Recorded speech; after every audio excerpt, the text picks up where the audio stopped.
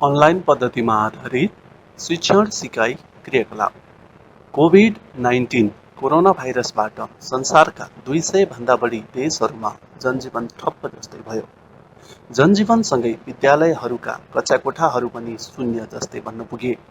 पठन पाठन पनि केही समयको लागि मृत जस्तै बन्न पुग्यो। नेपाल पनि यो सबै कुराहरूबाट अछुतो रहन सकेन। नेपालमा पनि बिस्तारै बिस्तारै भाइरसका संक्रमितहरूको संख्या बढे।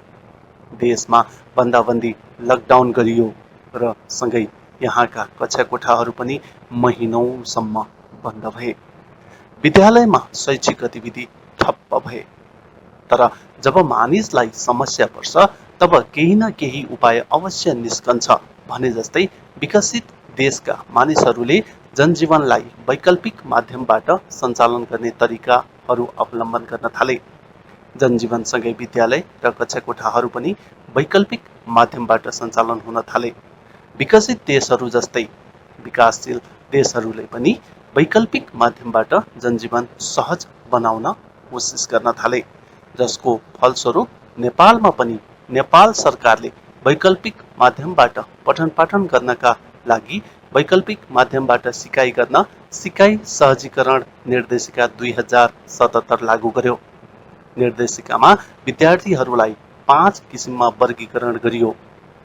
कुनै किसिमको प्रविधिको पहुँचभन्दा बाहिर रहेका, रेडियो एफएम रेडियो र मोबाइलमा रेडियो पहुँच भएका, टेलिभिजनमा पहुँच भएका, कम्प्युटर भएको तर अनलाइन कनेक्टिभिटी नभएका र इन्टरनेट तथा सूचना सञ्चार प्रविधिका साधनमा पहुँच भएका विद्यार्थी।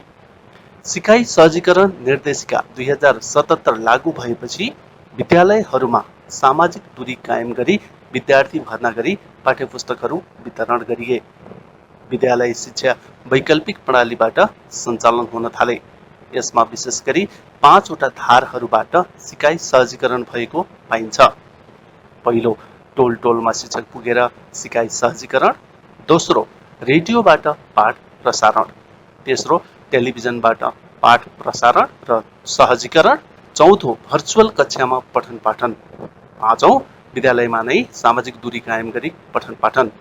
अहिले यिनै विधिहरूबाट देशमा सिकाइ सहजीकरण प्रक्रिया सञ्चालनमा रहेका छन्। प्रविधिले सम्पन्न विद्यालयहरूले अनलाइन माध्यमबाट विद्यार्थीहरूको कक्षा लिइरहेका छन्। प्रविधि नपुगेका विद्यालयहरू आफ्ना सहजकर्ताहरूलाई टोल टोलमा पठाएर सिकाइ सहजीकरण कक्षा सञ्चालन गर्दैछन्। सरकारले पनि learningseri.gov.np नामक शैक्षिक पोर्टल सञ्चालन गरेको छ। सरकारी सञ्चार माध्यम, सामुदायिक तथा निजी रेडियो र टेलिभिजनहरूले पनि विद्यालयका शिक्षा सम्बद्ध सिकाइ क्रियाकलाप र पाठहरू प्रसारण गरिरहेका छन्। यसरी विभिन्न प्रक्रियाबाट सिकाइ सहजीकरण भएसँगै नेपालमा निजी विद्यालयहरूले अनलाइन माध्यमहरूबाट कक्षा सञ्चालन गरे र गर्दैछन्। विशेष गरी zoom cloud meeting, google meet, messenger video chat आदि एपहरू मार्फत कक्षा सञ्चालन गरिए र गरिँदैछन्।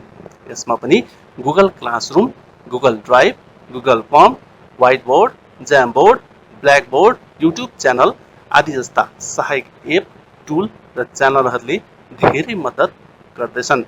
यति मात्र होइन, वर्ड, एक्सेल, पावरपोइन्ट आदि माइक्रोसफ्टका टुलहरू र जियोजेब्रा जस्ता एप पनि उत्तिकै महत्त्वपूर्ण देखिँदैछन्।